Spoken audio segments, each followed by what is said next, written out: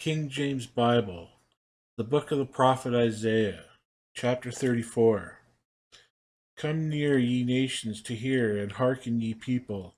Let the earth hear, and let all that is therein, the world, and all the things that come forth of it. For the indignation of the Lord is upon all nations, and his fury is upon all their armies. He hath utterly destroyed them, he hath delivered them to the slaughter. Their slain also shall be cast out, and their stink shall come up out of their carcasses.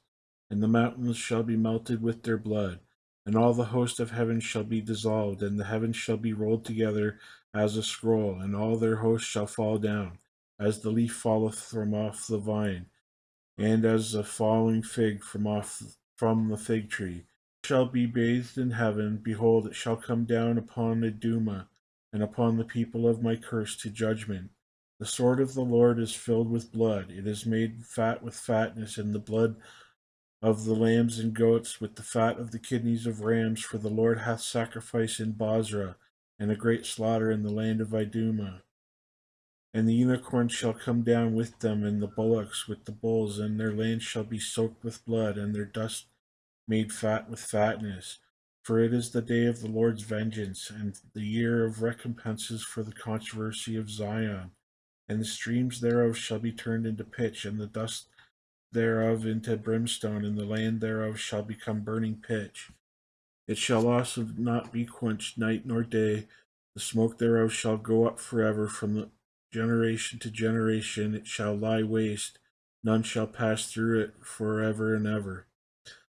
But the cormorant and the bittern shall possess it, and the owl also, and the raven shall dwell in it. And he shall stretch out upon it the line of confusion and the stones of emptiness. They shall call the nobles thereof to the kingdom, but none shall be there, and all her princes shall be nothing.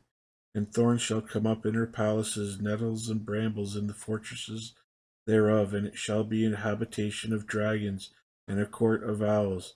The wild beasts of the desert shall also meet with the wild beasts of the island, and the satyr shall cry to his fellow. The screech of the owl shall rest there, and find for herself a place of rest. There shall the great owl make her nest, and lay and hatch, and gather under her shadow. There shall the vultures be gathered, every one with her mate. Seek ye out of the book of the Lord, and read. No one of these shall fail, none shall want her mate, for my mouth it hath commanded, and his spirit it hath gathered them.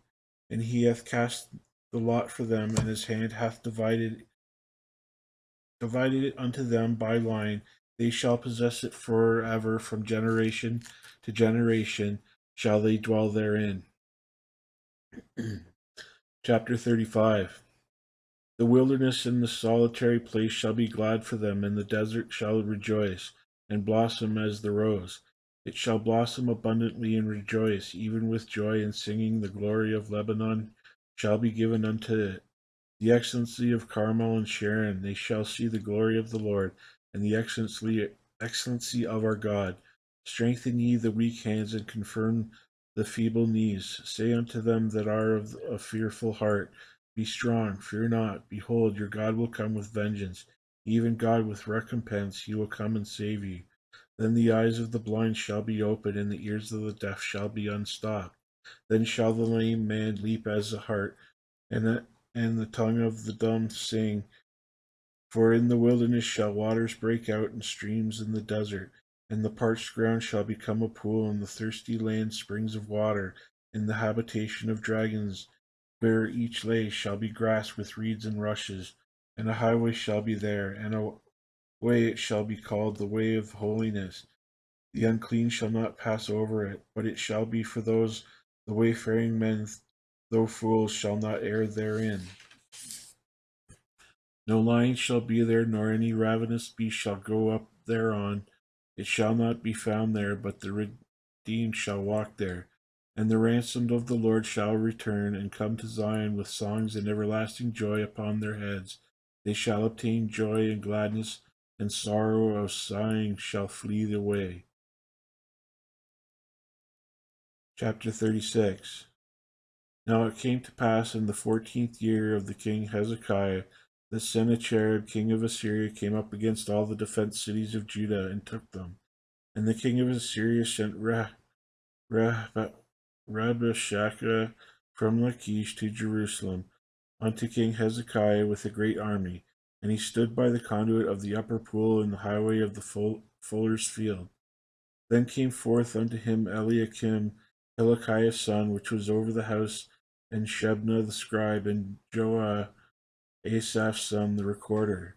And Rabshakeh said unto them, Say ye now to Hezekiah, Thus saith the great king, the king of Assyria, what confidence is this wherein thou trustest?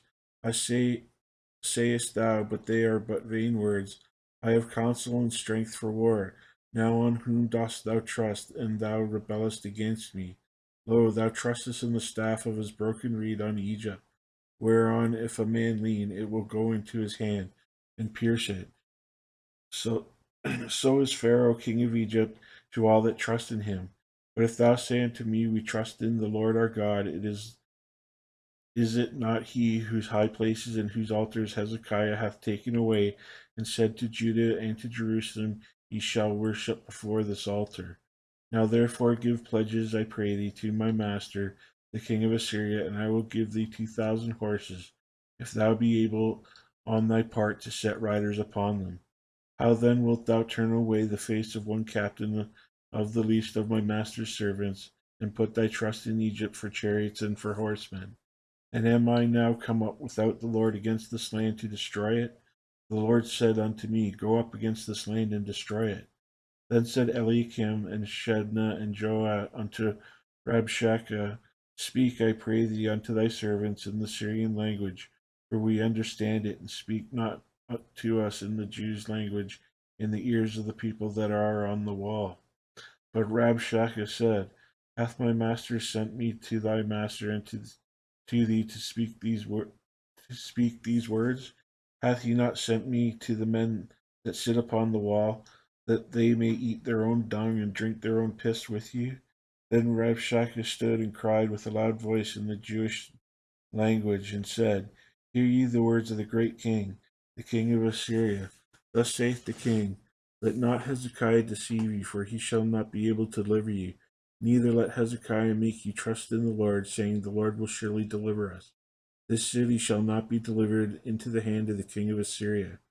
Hearken not to Hezekiah, for thus saith the king of Assyria, Make an agreement with me by a present, and come out to me, and eat ye every one of his vine, and every one of his fig tree, and drink ye every one the waters of his own cistern, until I come and take you away to a land like your own land, a land of corn and wine, a land of bread and vineyards.